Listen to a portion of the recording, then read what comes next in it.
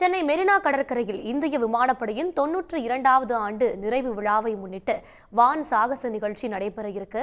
வான் சாகச நிகழ்ச்சியை பார்ப்பதற்காக பொதுமக்கள் அங்கு வருகை தந்திருக்கிறார்கள்.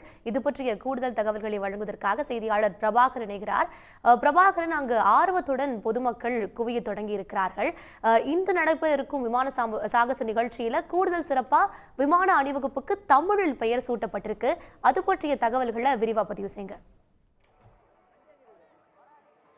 நிச்சயமாக இந்திய விமானப்படையுடைய 92வது ஆண்டு தினத்தையொட்டி இன்று சென்னையில் பிரம்மாண்டமான வான் சாகச கண்காட்சி என்பது நடைபெற இருக்கின்றது. இந்திய விமானப்படையில் இடம்பெற்றிருக்கக்கூடிய அதிநவீன அனைத்து விமானங்களும் இங்கு காட்சிப்படுத்த மிக அனைத்து போர் விமானங்களும் பறந்து சென்று மக்களை சிலிர்ப்பூட்ட இருக்கின்றன. வானத்தில் பறந்து சாகசத்தில் ஈடுபட இருக்கின்றன. இதை காண்பதற்காக லட்சக்கணக்கான பொதுமக்கள் தற்பொழுது மெரினா கடற்கரை நோக்கி வந்த வண்ணம் இருக்கின்றார்கள். சுமார் 15 லட்சம் மக்கள் வருவார்கள் என எதிர்பார்க்கப்படுகின்றது. மிக முக்கியமாக இன்று நடைபெறக்கூடிய இந்த வான் சாகச கண்காட்சியை பொறுத்தவரை தமிழ்நாட்டில் நடைபெறுவதால் இதில் தமிழ்நாட்டில் இருக்கக்கூடிய சிறப்பு அம்சங்கள், சிறப்பான பெயர்கள் இதற்காக சூட்டப்பட்டிருக்கின்றன. புயல் ஃபார்மேஷன், சங்கம் ஃபார்மேஷன், சேரா, பல்லவா, களம், காவேரி, காஞ்சி, நடராஜ், தனுஷ், நீலகிரி, கார்த்திகேயா, மெரினா, நடராஜ், காஞ்சி உள்ளிட்ட தமிழ்நாட்டின் சிறப்பு வாய்ந்த இந்த பெயர்கள், அங்கிருக்கக்கூடிய அடைமொழிகள் ஆகியவற்றின் மூலமாக இந்த ஃபார்மேஷன், அதாவது ஒரு குழுக்களாக பறந்து வரக்கூடிய விமானத்திற்கும் ஒரு பெயர் என்பது வைக்கப்பட்டிருக்கின்றது. அதில் இருக்கக்கூடிய சிறப்பு வாய்ந்த வீரர்கள் மற்றும் அதனுடைய சிறப்பு செயல்பாடுகளை குறிக்கும் விதமாக தமிழில் பெயரிடப்பட்டிருக்கின்றது. பெரும்பாலான இந்த குழுக்களுக்கு தலைமை தாங்குபவர்கள், அந்த ஸ்குவாட்ரன் லீடர் என்று சொல்லப்படக்கூடிய தலைமை தாங்கக்கூடிய கேப்டன்கள் பெரும்பாலும் தமிழகத்தை சேர்ந்தவர்களாக இருக்கின்றார்கள். அதே போல இங்க இருக்கக்கூடிய மக்களுக்கு இந்த ஸ்டண்ட், அதே போல வானத்தில் பறக்கக்கூடிய அந்த விமானத்துடைய தன்மை, அதனுடைய வேகம், அதில் இருக்கக்கூடிய சிறப்பு அம்சங்களை எடுத்துக் கூறுவதற்கு தமிழிலேயே மொழிபெயர்ப்பாளர்கள் இருக்கின்றார்கள். தமிழிலேயே இந்த விமானிகள் அதனை முழுமையாக தொழில்நுட்ப ரீதியாக மக்களுக்கு எளிதாக புரிந்து கொள்ளும் வண்ணம் அதனை விளக்க இருக்கின்றார்கள். முதலில் நாம் இருக்கக்கூடிய பகுதியில், இந்த பகுதியில் தான் விவிஐபிக்கள் அமர இருக்கின்றார்கள். தமிழ்நாடு முதலமைச்சர், அதே போல விமானப்படை மற்ற படைகளைச் சேர்ந்த தளபதிகள், உயர் அதிகாரிகள் இங்கு அமர இருக்கின்றார்கள்.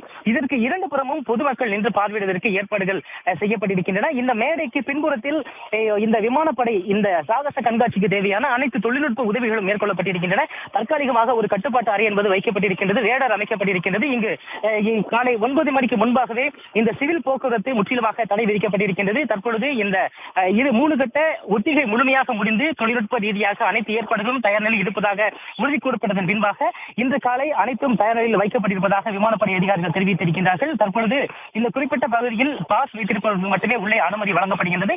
மற்ற பகுதியில் பொதுமக்கள் அமர்ந்து இந்த சாகசத்தை நேரடியாக கண்டுகளிப்பதற்கான ஏற்பாடுகள் செய்யப்பட்டிருக்கின்றன. பல இடங்களில் LED திரைகள் வைக்கப்பட்டிருக்கின்றன.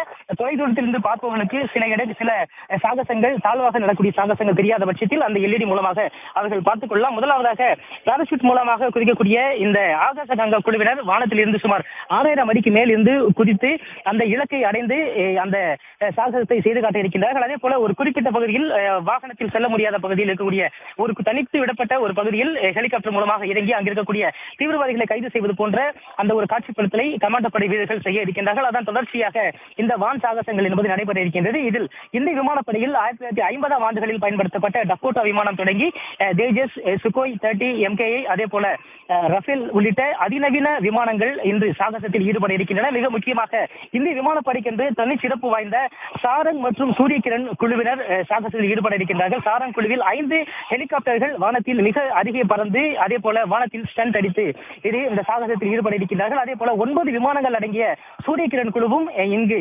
மூவர்ணத்தில் புகைகளை பறக்கவிட்டு ஒரு சாகசத்தில் ஈடுபட இருக்கின்றார்கள். இதனை காண்பதற்காக லட்சக்கணக்கான பொதுமக்கள் வந்திருக்கின்றார்கள். விரிவான ஏற்பாடுகள் செய்யப்பட்டிருக்கின்றன. மக்களுக்கு தேவையான குடிநீர் ஆங்காங்கே வைப்பதற்கான விமானப்படை அதிகாரிகள் அதற்கான ஏற்பாடுகள் செய்திருக்கின்றார்கள். மருத்துவ உதவிகளுக்கும் தயாராக வைக்கப்பட்டிருக்கின்றது. தீயணைப்பு மற்றும் வீட்டு பணிகள் துறையும் அதற்கான முன்னேற்பாடுகளை முழுமையாக மேற்கொண்டிருக்கின்றது.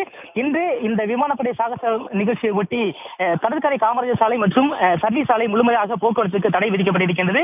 வரக்கூடிய பொதுமக்கள் தங்களுடைய வாகனங்களை நிப்பாட்டுவதற்கு சுமார் 24 இடங்களில் பார்க்கிங் வசதி என்பது ஏற்பாடு செய்யப்பட்டிருக்கின்றது. முழுமையாக நடைமுறைகள் முடிந்து தற்பொழுது பொதுமக்கள் லட்சக்கணக்கில் மெரினா கடற்கரை மணற்பரப்பில் குவிய தொடங்கி இருக்கின்றார்கள். சரியாக 11 மணிக்கு விமான சாகச கண்காட்சி என்பது தொடங்க இருக்கின்றது. உடனுக்குடன் செய்திகளை தெரிந்து கொள்ள சன் நியூஸ் பெல் ஐகானை கிளிக் பண்ணுங்க.